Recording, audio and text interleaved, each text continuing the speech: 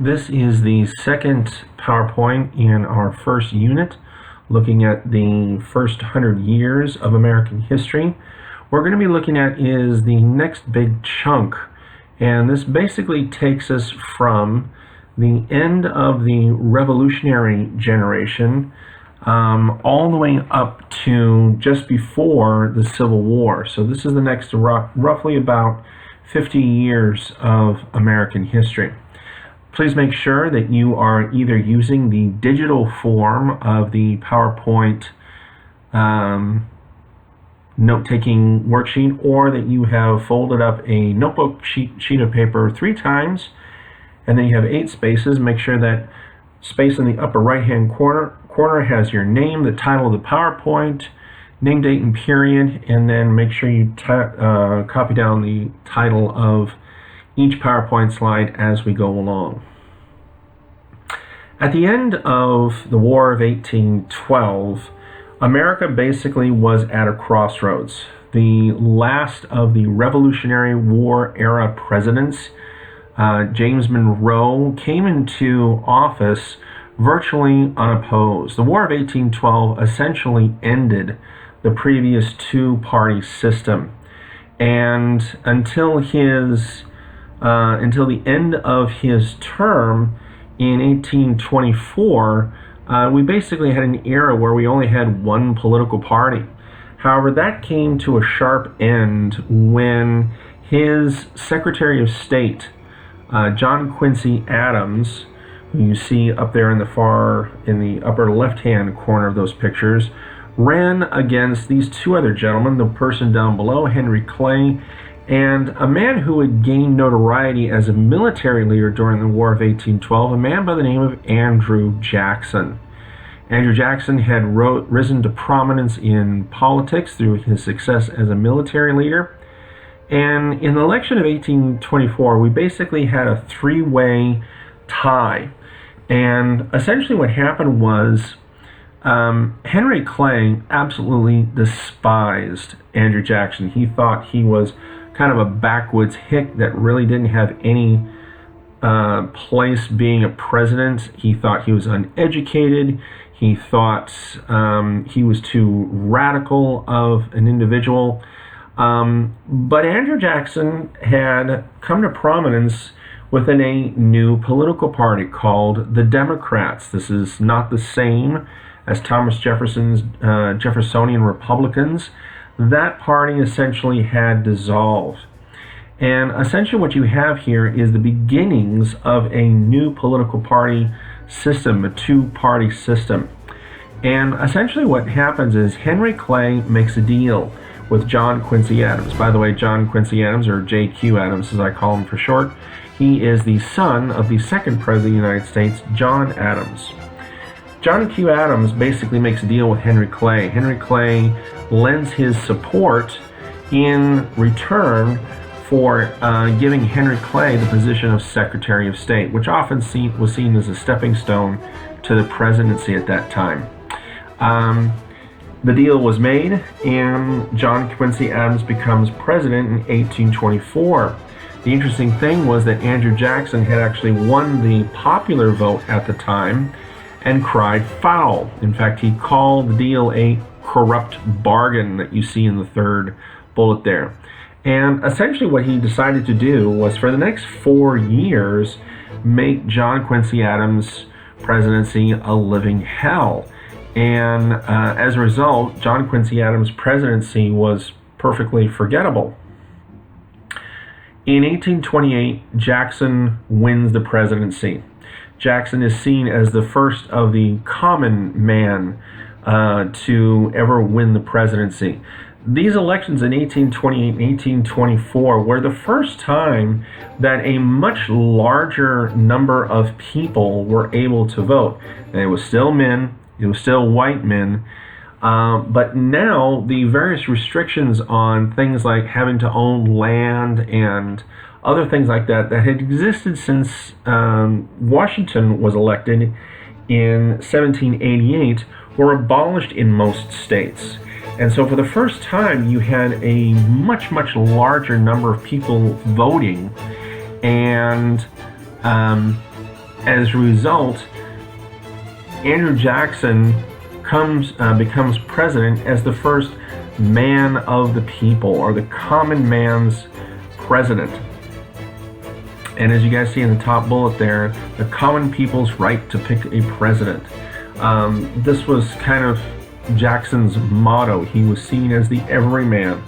And actually, it's been ever since then that presidents have kind of strived to kind of follow that model, to appear like somebody who appeals to everybody and can relate to everybody. Jackson had actually grown up on the frontier. Both of his parents had died at a very young age. He was a self-made man, self-taught lawyer. He then got involved in politics at a very young age, and then got involved in the military. Unfortunately, there was lots in Jackson's past that would dictate how his presidency would go. And as a result, Jackson becomes a very controversial president. Andrew Jackson was very much the Donald Trump of his era. He became president because he talked about a lot of issues that people were very energized over, a lot of controversial issues, and he took positions that were very popular. And as a result, it got him elected. And so that's what ends up kicking off what we call the Jacksonian era. It's this era after the Revolutionary generation is gone, and just before the Civil War era. And so for the next 30, 40 years or so, that's what we're kind of in. Jackson's policies were very similar to Donald Trump's, and that was very much an America First kind of policy.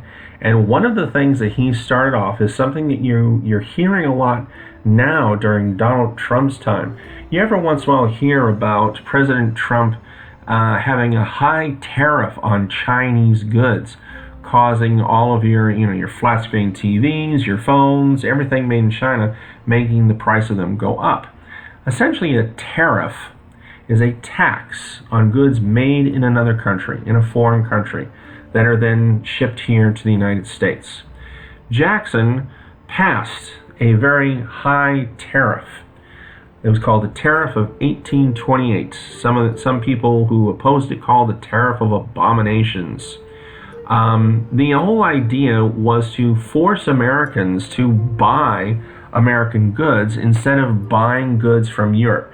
Remember, Jackson had fought in the War of 1812, a war largely brought on by the fact that Britain had been stealing American goods, stealing American sailors, and pressing them into service almost like they're slaves. And so that's kind of Jackson's background when he's pushing this tax on foreign goods. And at one point, one of the states, South Carolina, decides to not obey this tariff. And Jackson threatens the state, and the state threatens back, saying, you know what, if you come down here, we're going to secede from the Union. We're going to break away from the United States. Well, Jackson, being the military guy that he was not someone to be trifled with. And as a result, he calls South Carolina's bluff, and he actually marches down there himself at the head of the army, forcing South Carolina to get in line. And so, as a result, he generates a lot of enemies. And those enemies are lining up behind one of the guys who ran against him back in 1824. That, of course, was Henry Clay. Henry Clay founds a new party. They're called the Whigs, and they're primarily made up of people who are going to oppose Jackson and his policies. And this was one of those policies that they opposed, was this high tariff, this high tax, causing foreign goods prices to go up. The next policy that Jackson is infamous for was his policy towards Native Americans. Ever since the founding of the country, the Native Americans who resided in the territories that were now part of the original colonies and now part of the states that extended all the way to the Mississippi River were kind of inside those territories. A number of states, a number of presidents had made various deals and treaties with the Indians, with the Native Americans, and one right after another, those treaties were being broken simply because the American government wanted to completely control that territory. Well, in 1830, Jackson passes the Indian Removal Act. And so now it is official. The law basically says that Native Americans living within the boundaries of the United States at that time, remember, the United States is only territory east of the Mississippi River if you're looking at a map. And so all the Native Americans living within that territory were to leave and to be shipped off clear into what's now the Oklahoma Territory, thousands of miles away. On the way there, several Native Americans die. In fact, even before they leave, several Native Americans are herded into what are nothing more than concentration camps and died of diseases. This is even before they got on to what was called the Trail of Tears. Somewhere between 2,000 to 4,000 Native Americans die on the way to the territory that was going to be their new home. And this is reflective of how Jackson saw Native Americans throughout his whole life. He fought in various wars with them. He made deals with them and then turned around and backed out on them. Like I said, he was in wars with them where several of them were killed. So Jackson had a long history with Native Americans, and it was not a good one. And the Indian Removal Act and the Trail of Tears was just the capstone, just kind of the finale to how he was treating the Native Americans. The interesting thing is, though, all the presidents leading up to this point had taken similar positions on Native Americans, and none of them had done anything about it. Jackson finally grabbed the bull by the horns and says, okay, well, I'm going to move them off. The Supreme Court even ruled that the Indian Removal Act was unconstitutional, but Jackson goes ahead and does it anyway. Another issue that ends up being very divisive is the Bank of the United States. Ever since Alexander Hamilton, who was Washington's original Secretary of the Treasury, this is the guy who basically handles all the money of the country, had maintained a Bank of the United States. The interesting thing about this bank is that it wasn't run by any elected officials. It was run by essentially a privately contracted organization that essentially had to renew their charter or contract with the government every couple years. And the thing that Jackson did not like about it was that the people who ran the bank were in no way responsible to voters. And here he is, the great Democratic leader, the president who was voted in by the people. And so very early on, Jackson takes a position of being against the Bank of the United States. And he decides right out to kill it. And in fact, what ends up happening is the first time that the bank's charter, their renewal of their contract comes up, Jackson vetoes it. Now, for those of you who don't know what a veto is, essentially it is the presidential power to block an act of Congress. And so when this arrives on Jackson's desk, he promptly says, bang, veto. I forbid is literally what it means in Latin. And as a result, what Jackson then does afterwards is he takes money out of the Bank of the United States, takes all the gold reserves, and places it in a bunch of what he calls pet banks, these little banks throughout the various states. Unfortunately, without a central banking system, there is a panic, and the economy quickly slips into a depression. And in 1836, just as Jackson is leaving his second term in office, he was elected in 28, he's reelected in 32, and 4 years later, like Washington, he leaves after 2 terms. And actually, it's not too late after that he actually dies. But in 1836, one of the people who had helped him organize the Democratic Party, a guy by the name of Martin Van Buren, comes in. But it's just as that is happening that this depression hits the economy, and it's primarily because of what Jackson had done to the Bank of the United States. The new two-party system that grew out of the opposition to Jackson's policy, as we mentioned earlier, became known as the Whigs. This party was led by Henry Clay and Daniel Webster. They believed that Andrew Jackson was actually killing the Constitution.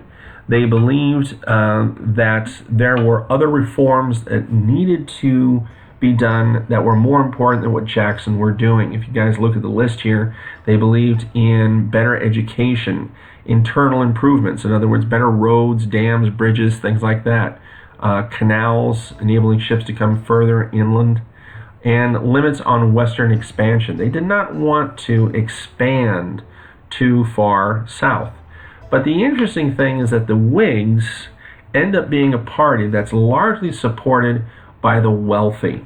And so this instantly puts the Whigs in the pockets of wealthy Americans versus Democrats that tend to be on the side of everybody else, those that are not quite as wealthy.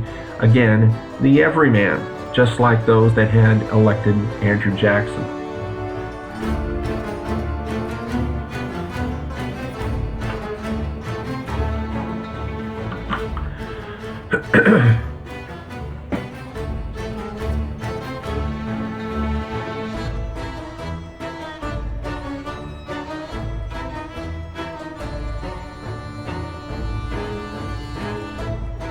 Now, something that we are beginning to see here is a division between North and South. The Whigs are mostly located amongst the wealthy manufacturers in the North, versus Democrats, which are growing in support amongst common farmers and plantation owners in the South. And so we're starting to see this division, and it's a division that's going to eventually split the country in two. But as of right now, various compromises, various things to smooth over that relationship are keeping the country together. And the Civil War is still another arguably 40 years away.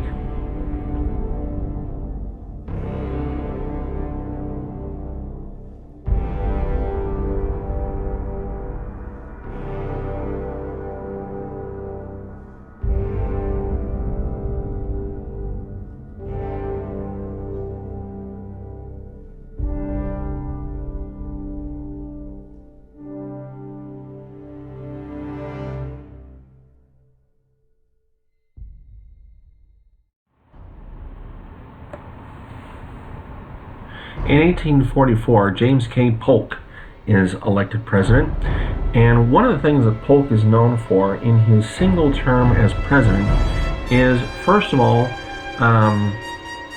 adding California to the Union after a treaty is struck, after America winds up in a war over territory with Mexico.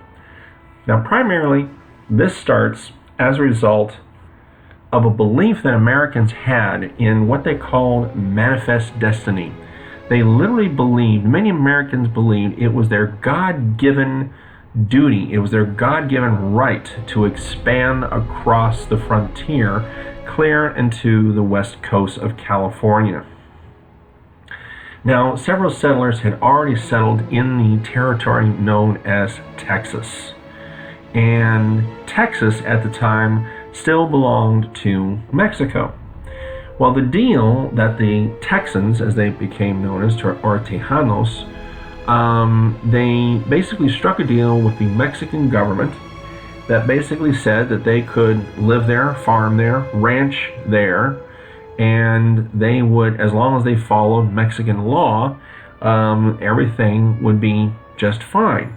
And these people are actually okay living in this northern part of Texas because it was still a comfortable distance from the United States, and they could travel there, freely as they want. The borders weren't that protected. Where everything goes south is when the Mexican dictator Santa Anna takes control of the Mexican government. Santa Anna basically wants to kick out the Texans. The Texans, believing they have an agreement with Mexico, fight back.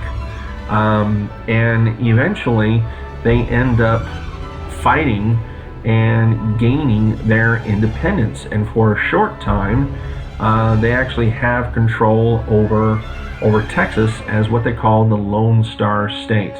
Well, that doesn't really go over very well with Mexico, and eventually a full-blown war breaks out between the United States and Mexico. Mexico is defeated, and as a result, the United States gets territory which is basically made up of most of what is now the Southwest, when we talk about Texas, New Mexico, Arizona, parts of Nevada, California. All of that area now is territory in the United States. And this is primarily James K. Polk's big contribution. It's at this point that we're now kind of moving away from the Jacksonian period and now moving into what we call the pre-Civil War era. And this era is dominated by the politics of slavery. Slavery is becoming an issue that can no longer be avoided.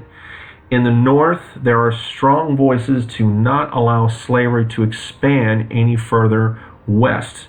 In the South, there is a move to allow people to do whatever they want. In other words, it's often known as popular sovereignty. In other words, to let the people in the state have whatever most of them want. However, there are some compromises that are made along the way to keep that from happening. And this is the first one, otherwise known as the Missouri Compromise. Missouri Compromise was arranged early on in the Jacksonian period by Henry Clay, otherwise known as the Great Compromiser. And essentially what this said was, this established what was called the 3630 parallel, or otherwise known as the Mason-Dixon line. And this would become the definitive line between North and South, with one exception. The state north of that line was known as Missouri, and it would come in as a slave state.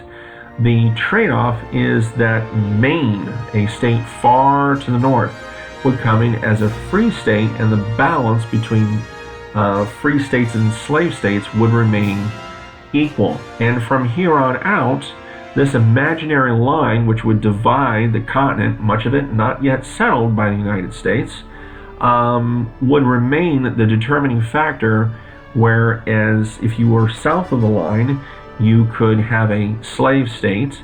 If it was north of that line, you could not.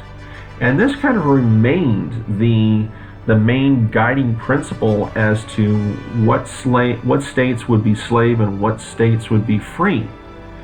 However, as the population continues to move west, there are some debates about that, and there are some people who basically say, hey, you know what, if we have the majority, in other words, we have the most people, and these people all want slavery, should it make a difference as to where that state is located, whether it's above or below the 3630 parallel? And of course, if you guys remember this from Mrs. Gomez's class on geography, this of course is a latitude line going from east to west. So anything north or south of that line, that's what the determining factor was. The next big compromise when it came to slavery came to be known as the Kansas-Nebraska Act. Now, this was as a result of a number of people flooding into Kansas wanting to make it either slave or free. Now, essentially what happened was you've got a congressman here by the name of Senator, his name is Stephen Douglas. He's a senator from Illinois, same state as Abraham Lincoln. In fact, the two of them knew each other. And Stephen Douglas, although not necessarily a pro-slavery person, he is pro what he calls popular sovereignty. In other words, let the local residents decide the slavery question for themselves. If the majority of the people in that territory want slavery, let them have it. If they don't, don't. Don't let this 3630, the Mason-Dix line, be the determining factor as to whether or not you're going to be slave or free. And so he pushes through what's called the Kansas-Nebraska Act. And it basically establishes the idea of popular sovereignty. In other words, what the most people in that area want, that's what they get. The first state to see this is Kansas.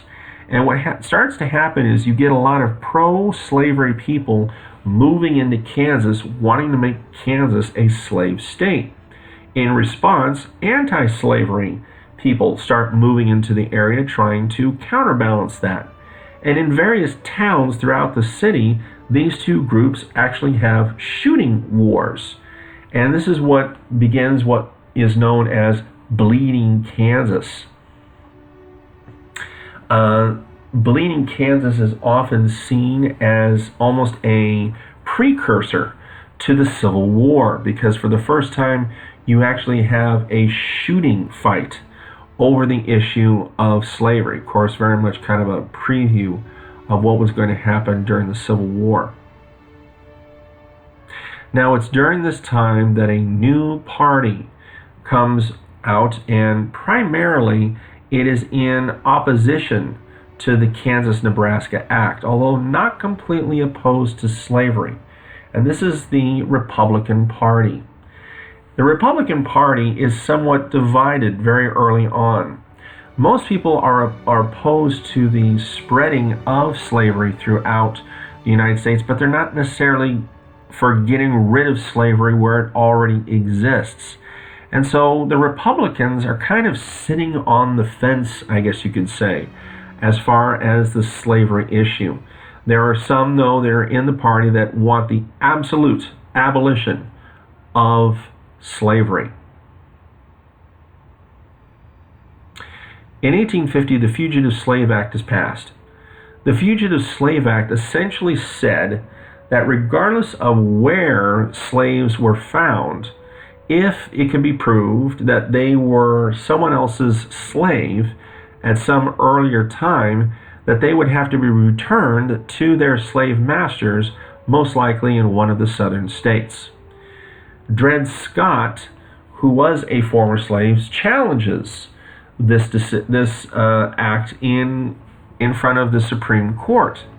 The Supreme Court, of course, being the third branch of the American government, their primary role in the American government is to determine whether or not acts by Congress or the President are in fact constitutional.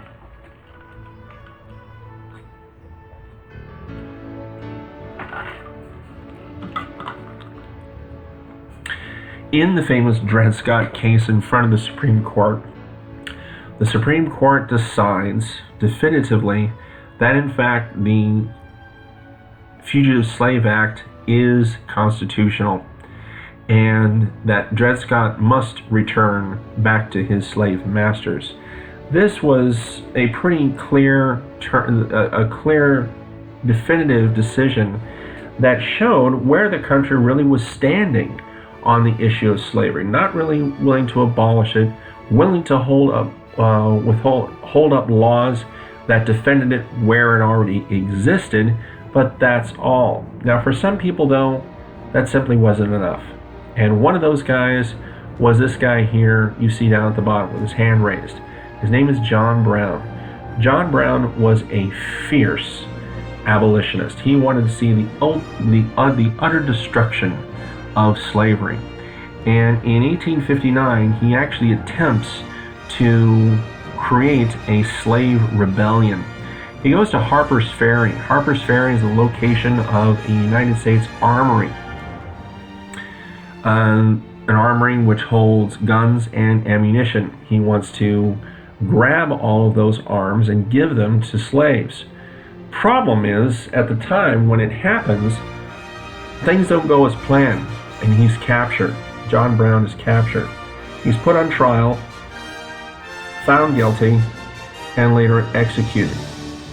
But the slavery debate had been lit, and between this and Bleeding Kansas, it was clear that there was going to be no easy solution for the question of slavery. Was the country going to be slave or free? All right, as with our last PowerPoint, it's time to write a summary looking at this period of American history, actually these two periods of American history, the Jacksonian era and the pre-Civil War era, otherwise known as antebellum America. We're looking at how America had changed.